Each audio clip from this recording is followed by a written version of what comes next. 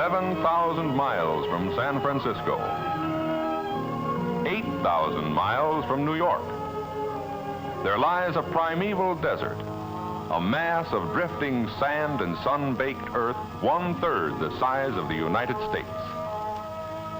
A place of ancient glories. Long ago, a center of thriving trade where came the merchants from India and China to barter their wares for the spices and the incense. Pearl, evil days upon the land. And for centuries fell into eclipse and remained until very recent years remote, unknown, and isolated. Most of its people were the Bedouin camel herders and shepherds who roamed the arid, hostile wastes from one oasis to another in the wake of scattered rains which produced short-lived patches of vegetation. Monotony and poverty were the common lot. But in their abiding faith, they found solace. For religion is not worn like a cloak in the Arab land. It is a vital part of every good Muslim's life. Muhammad united the Arabs, purified their customs, bound them into one people, and filled them with a great faith. 5 times a day, even the humblest Arab stops his work, faces Mecca, and intones the sacred words of the Quran. La ilaha illallah wa Muhammad Rasulullah. There is no God but Allah, and Muhammad is his prophet.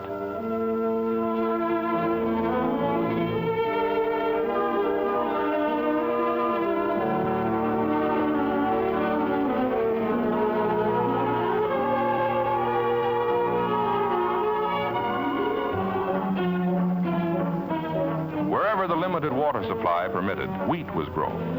And the Arab, essentially good-humored in spite of his hard life, would make a little dance and a little song as he threshed the grain.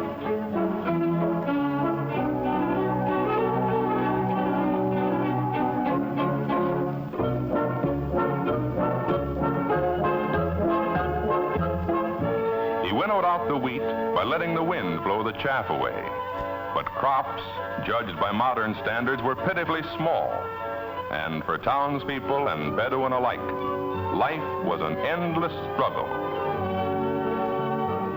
None of them knew that this desert, barren of natural resources to the outward eye, had been blessed by nature beyond the wildest dreams of those who raided and struggled for life across its sandy, wind-swept wastes. And then, in this land of great tradition, there arose a powerful leader who unified his 5.5 million people and set out to achieve a renaissance. His Majesty Abdul Aziz ibn Saud, King of Saudi Arabia. He had faith that somewhere within these far-reaching sands was the key to a richer life for the Saudi Arabs who so long had known scarcity and want. Perhaps this country, so unproductive on the surface, might contain minerals below the surface, including oil. But vast sums would be needed for search and development, and there was no quick way to a realization of this hope.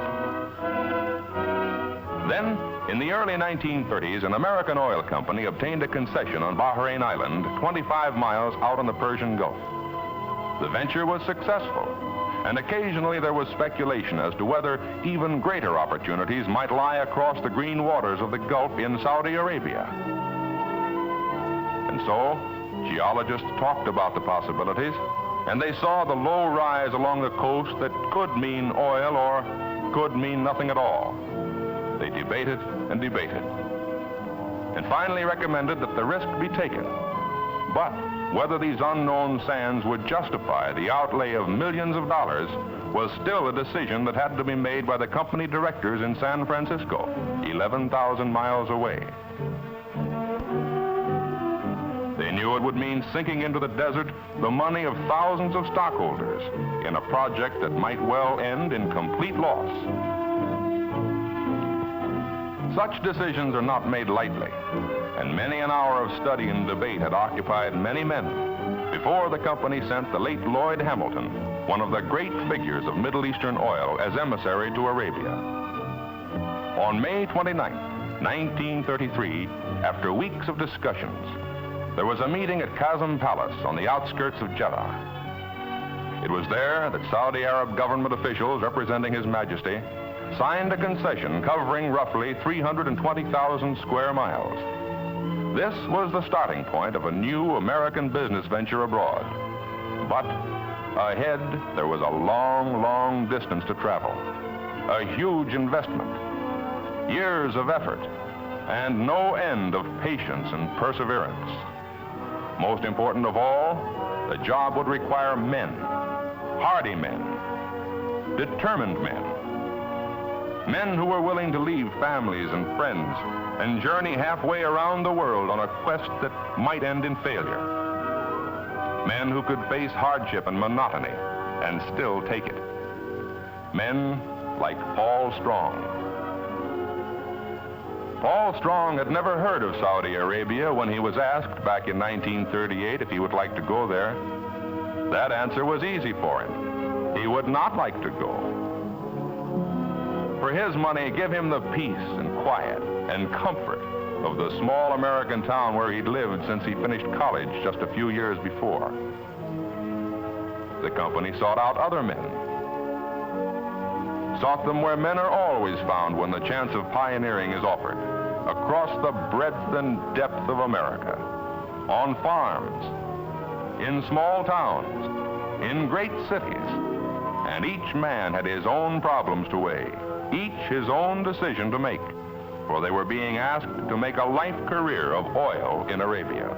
They weighed and decided, and gradually they began to arrive. Carpenters, machinists, riggers, technicians, drillers, executives too, eager to extend a welcoming hand clasp to the new arrivals. And who is that over there? Why, sure enough, Paul Strong. Paul had forgotten back in the States that he had that traditional American characteristic, a hunger for adventure and challenge. He and the others had come to learn of the Middle East, and they found the going was tough. Few outsiders had ever before been beyond the treaty port of Jeddah, and the Arabs were suspicious of these strange newcomers. Many of them were frankly hostile and were quite ready to show their feelings.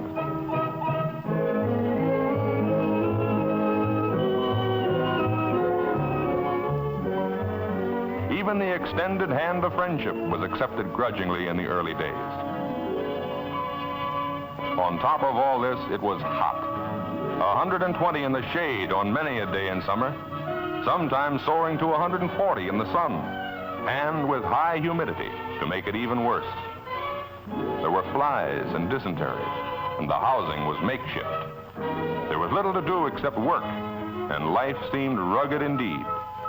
Here in such a setting, they prepared to search for oil. The geological crews combed the blistering desert month after month, searching for places most likely to yield petroleum. Instruments and calculations indicated the best prospects, but the geologists knew what many laymen don't, that the only way to know whether or not oil exists in any one place is to drill for it. Finally, they drilled the first well. They found oil, but not in commercial quantities. It was not encouraging. They drilled again, no luck.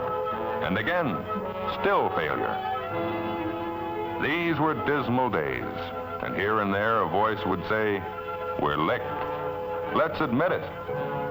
But there were stubborn men in the field and in the San Francisco office who did not have enough sense to quit. The kind of senseless men who all through history have done such foolhardy things as believing that steam could run an engine, or that crops would grow on the deserts of California, or that a voice could carry over a wire. It was men like these who said, "We'll drill deeper," who drilled and failed once more and saw their careers and their reputations burning away beneath the desert sun. And then, at Dammam, it happened. Oil in commercial quantities had been brought in after 3 long, discouraging years. This was the goal toward which they had striven. This was the victory that faith and sweat had bought.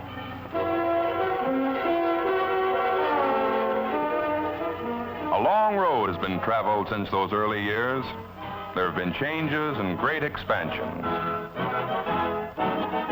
The original concession has been enlarged and now embraces an area of 440,000 square miles, equal to the states of California and Texas combined.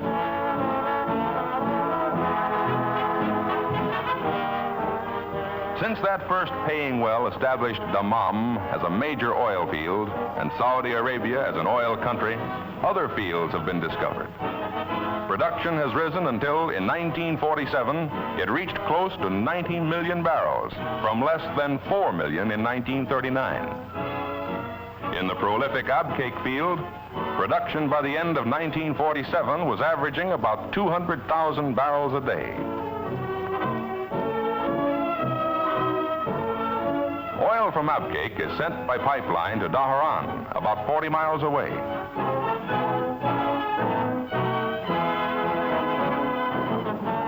From there, more than 100,000 barrels daily flow through one of the world's largest underwater pipelines to the Bahrain Petroleum Company's refinery on Bahrain Island.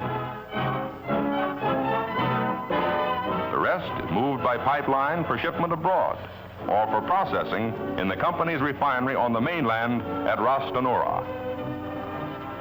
This modern plant was planned to help meet the enormous wartime demands for military petroleum products. The project was approved by the Joint Chiefs of Staff in 1943. It was rushed to completion in 1945 at a cost of approximately $50 million, all of which was put up by the company.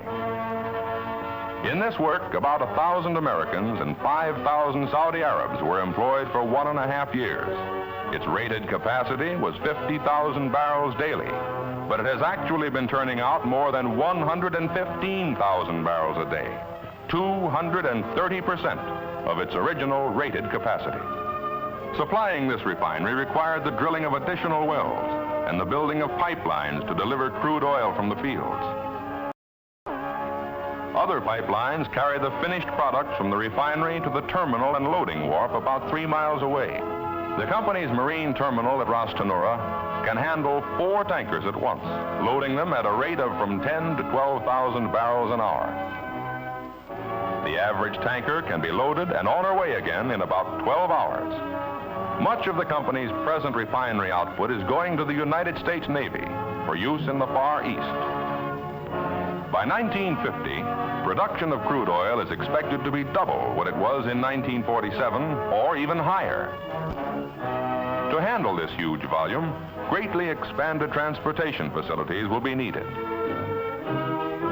Materials have been arriving in the Persian Gulf for the world's largest pipeline, a project of the Trans-Arabian Pipeline Company, an affiliate.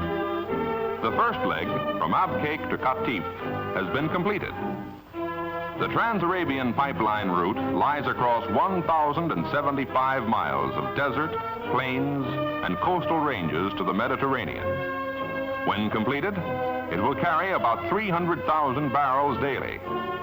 Total Saudi Arabian crude oil and products available at sea terminals will amount to nearly 700,000 barrels daily during 1951. And by that time, the investment of the company and of the Trans-Arabian Pipeline Company will have exceeded $400 million. The expanding program requires an increase of permanent personnel to a total of more than 2,500 Americans and 15,000 Arabs. Such is the story of the oil itself. But there is another story, the story of people. For all the time the oil job was being done, there was the problem of making life more livable. For in spite of heat and flies and hardship and monotony, these men had come, and they had vowed they would stay, and they set about to make good their vow. Halfway around the world, the company had brought everything from food and housing to drilling equipment. It brought in American technology and skilled craftsmanship. Men planned and worked, and cleared and dug, and slowly, painfully, they reared a modern community on the desert beside the Persian Gulf. Here in Dhahran, irrigation has wrought its magic, tapping the desert and bringing forth trees and grass and flowers. These houses and the offices are completely equipped and air-conditioned. Hot though Saudi Arabia may be in summer, it's a healthy climate, and children thrive on it.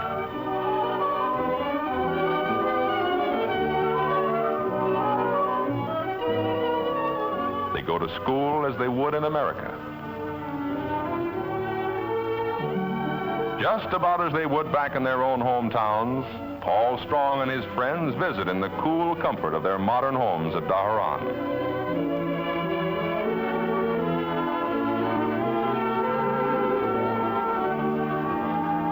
Unmarried girls who have come to Arabia as secretaries, stenographers, and clerks find companionship and recreation in the club rooms and dormitories. Always popular with the employees is the freshwater swimming pool, where they can cool off after a round of golf or a set of tennis. In the best tradition of medicine is this modern American hospital, providing free medical and surgical care to all employees. The company retains skilled American physicians and surgeons. Desert heat is no problem to workers in this new air-conditioned office building.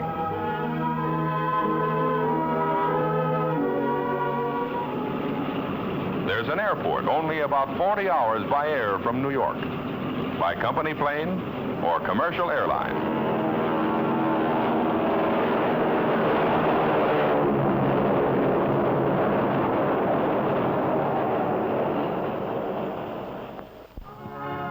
Miles up the Arabian coast is the Ras Tanura refinery, located on a beautiful stretch of gleaming white sand. Here is another American colony, complete with air-conditioned houses, 2 hospitals, and an outdoor movie theater.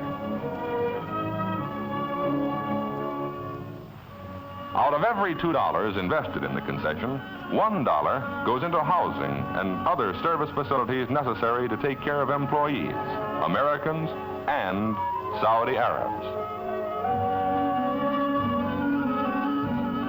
The company has never forgotten that it is a guest in the land of the Saudi Arabs, and that the best interests of its hosts must at all times be served.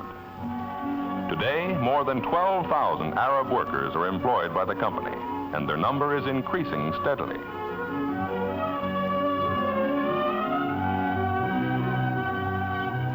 They worship in their mosques, such as this one at Dhahran, built by the government.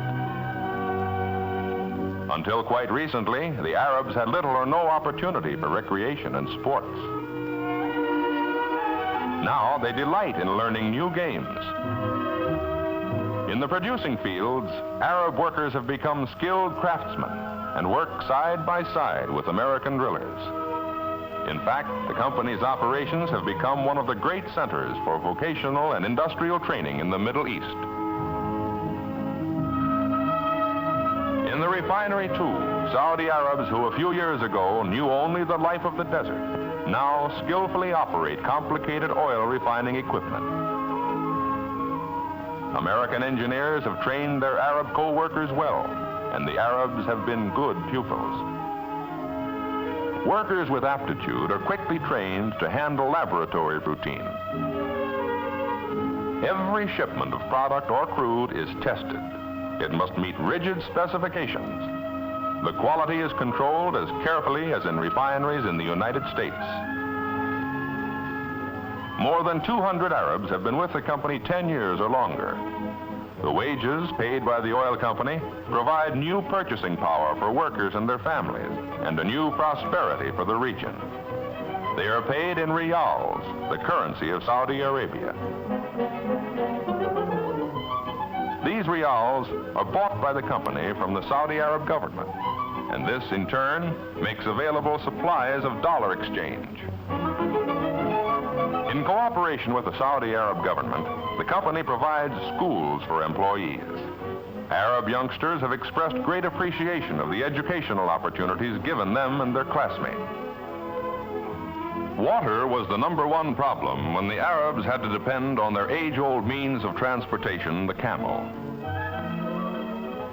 In contrast with this ancient caravan, a modern motor cavalcade moves out into the desert to drill water wells along the route of the new pipeline, using trails that formerly could not be traversed in summer.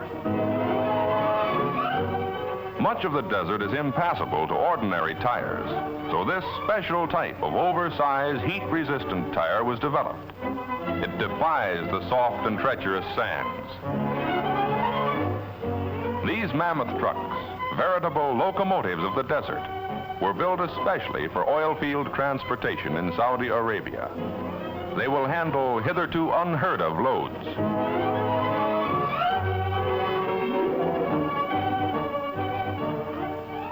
As rapidly as possible, the company is getting rid of this type of temporary housing hastily built for the Arabs in the early stages of development and replacing it with modern, well-built quarters like these.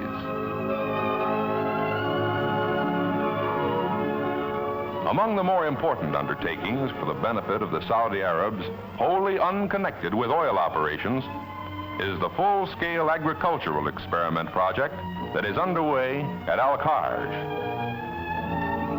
This irrigation canal, which the oil company helped the Saudi Arab government to build, is bringing water to an area of nearly 3,000 acres now under intensive cultivation. Arab farmers, assisted by American agriculture experts, have been taught to use modern scientific irrigation methods.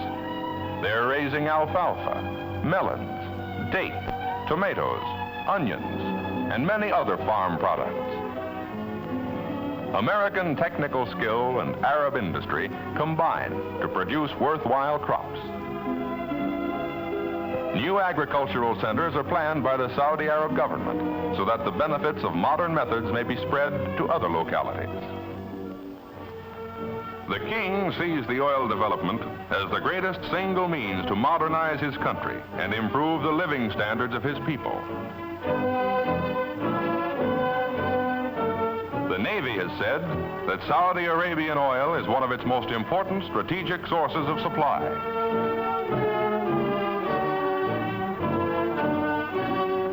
The men who are working for the economic recovery of Europe see Middle Eastern oil helping them in their labors, day in and day out. Because, on the one hand, it is keyed perfectly to the goal of self-support for the nations of the world. And on the other, it is making available the vast volumes of petroleum needed to fuel the job of rebuilding the war-scarred Eastern Hemisphere. To the American citizen in Boston or Jacksonville, Sioux City or Seattle, all of this has real importance in his day-to-day life. Because, at present, large volumes of oil are moving from the Western Hemisphere, mostly South America, to fill the growing needs of Europe. While other South American oil goes to the United States. Shipments to Europe from the Middle East have increased since the war ended, but are still only a small part of what can come from there. Shipping oil to Europe from the Western Hemisphere is not only uneconomic, but puts a drain on resources we may need over here. However, this situation is changing.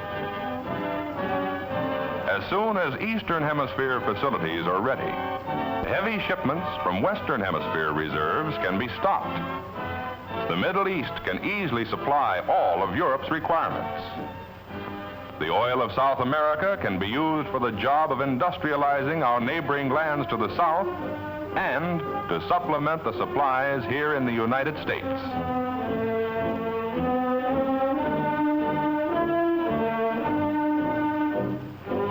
Now that the risks have been taken, now that the pioneering has been done, The way is open for other American companies to come into the Middle East and join in developing its great resources for the benefit of its people and of the world. A guiding principle in Aramco's venture has been the belief that foreign capital cannot justify its presence in any land unless it operates in the interest of that land. Fully vindicating that principle has been the mutual trust and goodwill that have grown up between the American oilmen and the Saudi Arab government. Thus, American venture capital is developing new standards of life in an ancient realm, where a people with a glorious past are now building a glowing future with their partners from the other side of the world. East and West are united in pioneering a new frontier of progress, serving the interest of the Saudi Arabs, serving the interest of the United States, and demonstrating the vitality of the American system of free enterprise. A system which, from this new frontier, is pumping into the trade of the world oil, one of the materials that is making a truly great contribution to our modern civilization.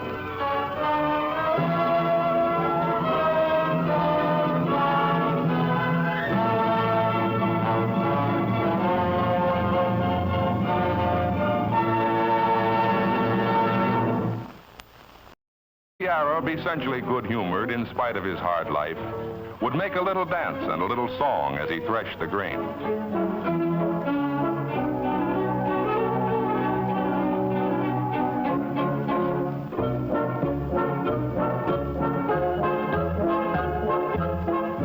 He winnowed out the wheat by letting the wind blow the chaff away, but crops, judged by modern standards, were pitifully small. And for townspeople and Bedouin alike, life was an endless struggle. None of them knew that this desert, barren of natural resources to the outward eye, had been blessed by nature, faces Mecca, and intones the sacred words of the Quran. La ilaha illallah wa Muhammad Rasulullah. There is no God but Allah, and Muhammad is his prophet.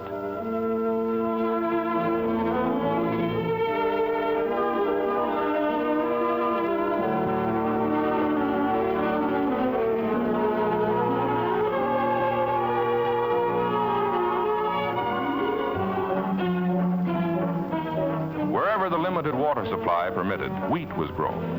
And beyond the wildest dreams of those who raided and struggled for life across its sandy, windswept wastes. And then, in this land of great tradition, there arose a powerful leader who unified his 5.5 million people and set out to achieve a renaissance. His Majesty Abdul Aziz ibn Saud, King of Saudi Arabia. He had faith that somewhere within these far-reaching sands was the key to a richer life for the Saudi Arabs, who so long had known scarcity and want. Perhaps this country, so unproductive most of its people were the Bedouin camel herders and shepherds who roamed the arid, hostile wastes from one oasis to another in the wake of scattered rains which produced short-lived patches of vegetation. Monotony and poverty were the common lot. But in their abiding faith, they found solace. For religion is not worn like a cloak in the Arab land. It is a vital part of every good Muslim's life. Muhammad united the Arabs, purified their customs, bound them into one people, and filled them with a great faith. 5 times a day, even the humblest Arab stops his work. 11,000 miles from San Francisco. 8,000 miles from New York. There lies a primeval desert, a mass of drifting sand and sun-baked earth 1/3 the size of the United States. A place of ancient glories, Long ago, a center of thriving trade where came the merchants from India and China to barter their wares for the spices and the incense. Pearl, evil days upon the land. And for centuries fell into eclipse and remained until very recent years remote, unknown, and isolated.